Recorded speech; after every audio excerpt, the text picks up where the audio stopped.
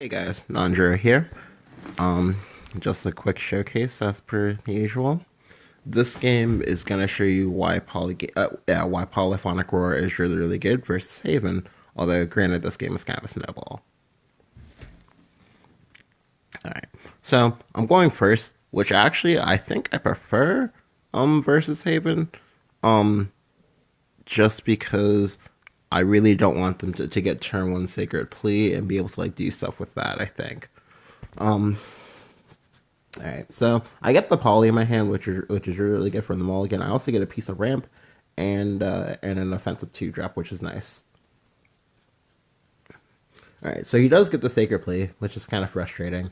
Um, but I do, however, get the Lyrial. I go ahead and play the Lyrial. The reason why I play the Lyrial over playing Oracle is because I need to try to get some chip damage in early because he's most likely going to heal off some of the stuff I do later.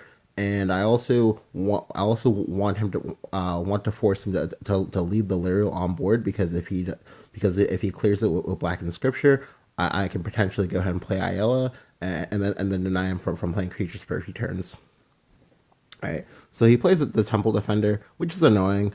I go ahead and play Rahab, and I go ahead and kill off the Temple Defender by trading him my Lariel and trading him using my Blazing Breath. All right. So he can go ahead and tribunal me.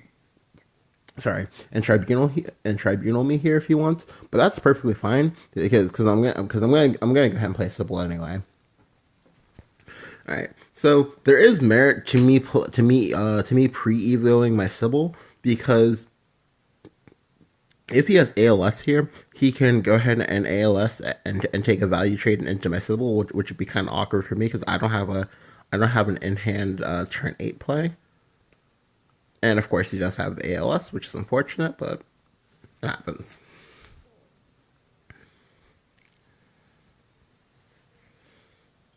All right, so I'm two turns to my poly turn. Sorry, I'm actually one turn to my poly turn, which is really nice for me because let me pause here. Because if he is Seraph, um, the poly will already have been on board for at least two turns, and deny him from actually like playing his Seraph at all. And if he is Aegis, he just like does not get a chance to get back in the game, well, which is really nice. And I go ahead and Evo the Lyrial to kill off the ALS for free. This conditions him into wanting to use his Themis here. If he uses his Themis, I go and play Polyroar, and the game's over. All right. So here he plays Sonya. Um, I don't really agree with the Sonya play here because, well, all right. So the Sonya play is nice, but I don't really agree with it here. I feel like there were like other things he probably could have done, but regardless, he doesn't have it. So I get to play the poly for free. Playing the poly for free is actually really nice right here because his tribunal just popped. But it's not gonna pop on it. Yeah, but it's not gonna pop on anything because I don't have any like tangible creatures on the board, which is nice. All right, so here he goes ahead and plays the word game, which is kind of annoying.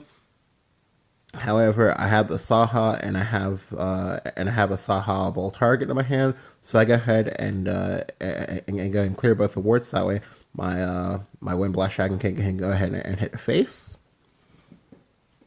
And now he's under quite a bit of pressure because most decks don't run amulet removal. The only deck really that runs like that like unconditionally just like happens to have amulet removal on deck is actually kind of Dragon.